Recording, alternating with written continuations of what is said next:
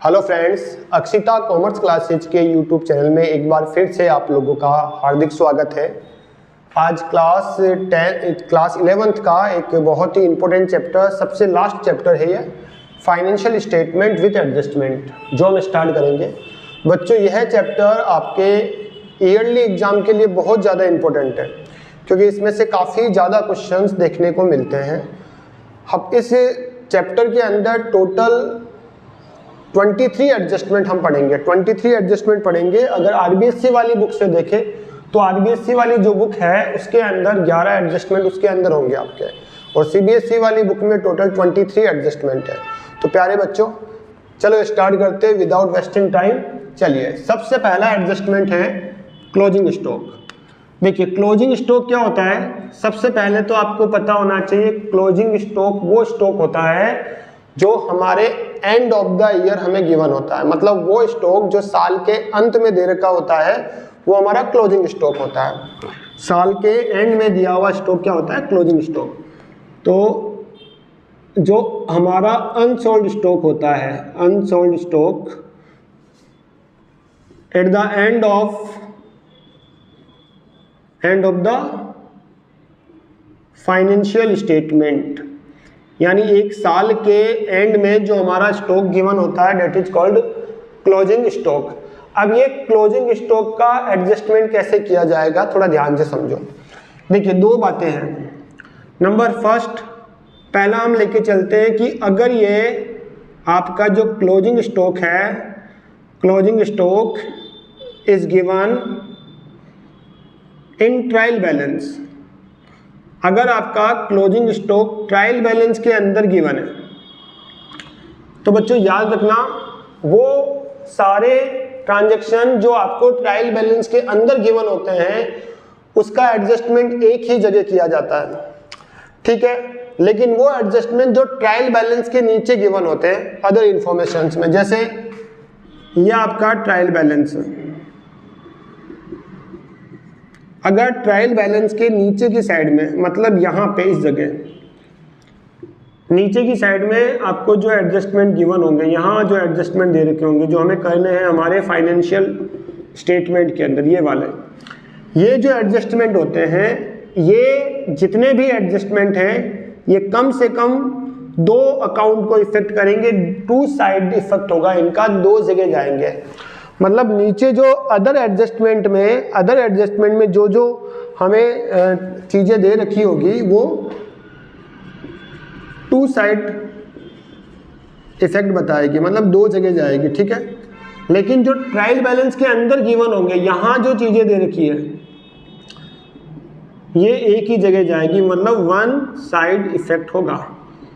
तो पहली बात तो बच्चों आपको ये ध्यान रखनी है, वो ट्रांजैक्शन जो ट्रायल बैलेंस के अंदर गिवन होते हैं वो एक जगह जाते हैं, और वो ट्रांजैक्शन जो ट्रायल बैलेंस के अंदर गिवन ना होके नीचे एडजस्टमेंट के रूप में गिवन होते हैं वो दो जगह जाते हैं। मतलब वो ट्रांजैक्शन जो ट्रायल बैलेंस के अंदर गिवन होते हैं वो एक जगह जाएंगे, और जो ट्रायल बैलेंस के नीचे गिवन होते हैं वो बच्चों दो जगह जाते हैं।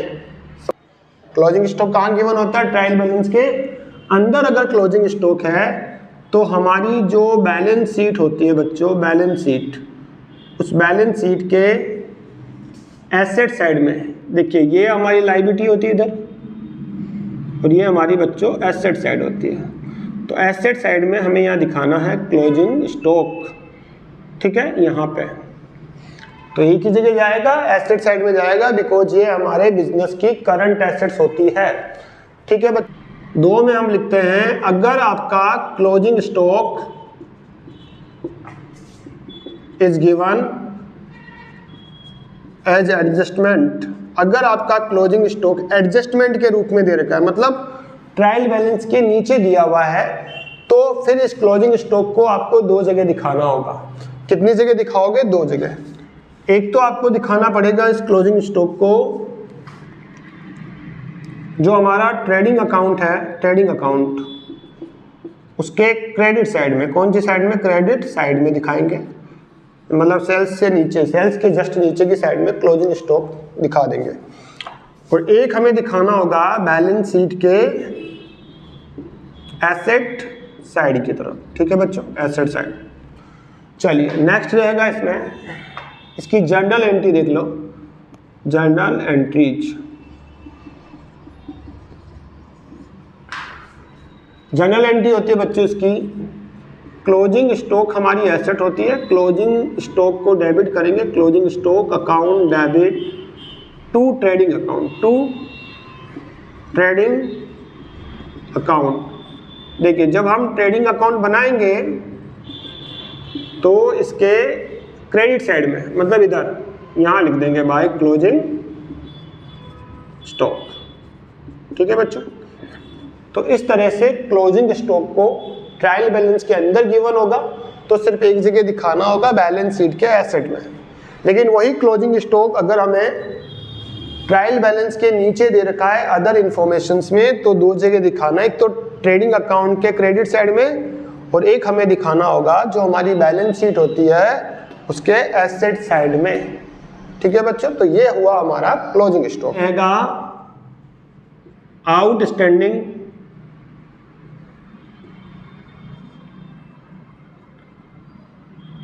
आउटस्टैंडिंग एक्सपेंसेस, नंबर 2 लगाते हैं हम, आउटस्टैंडिंग एक्सपेंसेस, आउटस्टैंडिंग एक्सपेंसेस। बच्चों सबसे पहला क्वेश्चन तो ये आता है कि ये आउटस्टैंडिंग एक्सपेंसेस होते क्या हैं। आउटस्टैंडिंग एक्सपेंसेस का मतलब होता है वो खर्चे जो ड्यू तो हो चुके हैं, जिनकी ड्यू डेट आ चुकी है लेकिन अभी तक हमने उन खर्चों का पेमेंट नहीं किया। मतलब वो खर्चे जिनकी ड्यू डेट आ चुकी है लेकिन अभी तक हमने उन खर्चों का भुगतान नहीं किया। जैसे फॉर एग्जांपल रेंट की डेट आ चुकी है लेकिन अभी तक आपने मकान का किराया नहीं चुकाया, दुकान का किराया नहीं चुकाया, बिजली का बिल आ चुका है लेकिन अभी तक आपने बिजली का बिल नहीं भरा, डेट निकल चुकी है। मतलब वो सारे खर्चे जिनकी ड्यू डेट निकल चुकी है लेकिन अभी तक आपने उन खर्चों का पेमेंट नहीं किया, वो खर्चे होते हैं हमारे आउटस्टैंडिंग एक्सपेंसेस। तो बच्चों ये आउटस्टैंडिंग जो एक्सपेंसेस होते हैं, मतलब वो खर्चे जो एक्सपेंसेस ड्यू तो हो चुके हैं बट उनका पेमेंट नहीं किया, नॉट पेड येट। वो खर्चे जो ड्यू हो चुके हैं लेकिन अभी तक उनका पेमेंट नहीं किया। ठीक है, अब जब पेमेंट नहीं किया बच्चों तो ये हमारा ऑब्लिगेशन है, हमें पेमेंट करना है, तो ये हमारी लायबिलिटी है, इट इज करंट लायबिलिटी। ये हमारी क्या है बच्चों, करंट लायबिलिटी है ना। वो खर्चे जिनका पेमेंट करना बाकी है तो वो हमारी लायबिलिटी है, वो हमारा ऑब्लिगेशन है, हमें उसका पेमेंट करना है, हमारे ऊपर बर्डन है कि हमें पेमेंट करना है, तो ये हमारी क्या हो गई, करंट लायबिलिटी हो गई। ठीक है, अब देखो नंबर 3 आता है, इसकी जर्नल एंट्री क्या होती है, जर्नल एंट्री। तो बच्चों जनरल एंट्री होती है इसकी, आउटस्टैंडिंग जो एक्सपेंस है वो हमारी करंट लायबिलिटी है। और लायबिलिटी का याद रखना बच्चों, क्रेडिट नेचर होता है। लायबिलिटी का कौन सा नेचर होता है, क्रेडिट। लायबिलिटी क्रेडिट की जाएगी, लायबिलिटी बढ़ रही है यहाँ पे, तो हम लायबिलिटी को क्या करेंगे, क्रेडिट करेंगे। तो एक छोटी सी एंट्री होती है, expenses account debit to outstanding expenses, expenses account debit to outstanding expenses कब होती है, end of the year, end of the year, साल के एंड में ये एंट्री होगी। और अगले साल के स्टार्टिंग में, मतलब नेक्स्ट ईयर के स्टार्टिंग में, स्टार्टिंग ऑफ द